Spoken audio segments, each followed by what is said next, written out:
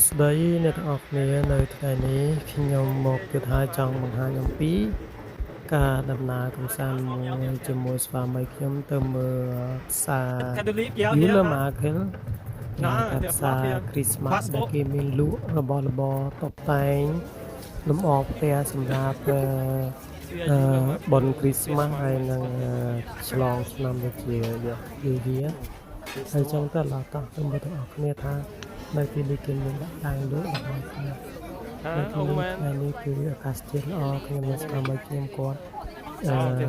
ដកខ្ញុំដើរកំសាន្តហើយមើលគេលក់របស់របរលក់នំនៅក្នុងនោះអញ្ចឹងណាហើយក៏មានមនុស្សមកដើរលេងហើយទិញរបស់របរដូចជាពួកខ្ញុំច្រើនដែរពួកខ្ញុំមកផ្សារនេះគឺរៀងរាល់ឆ្នាំអញ្ចឹងទៅពួកខ្ញុំតែងតែទិញកាដូបានតិចតួចដើម្បីយកទៅតុបតែងផ្ទះ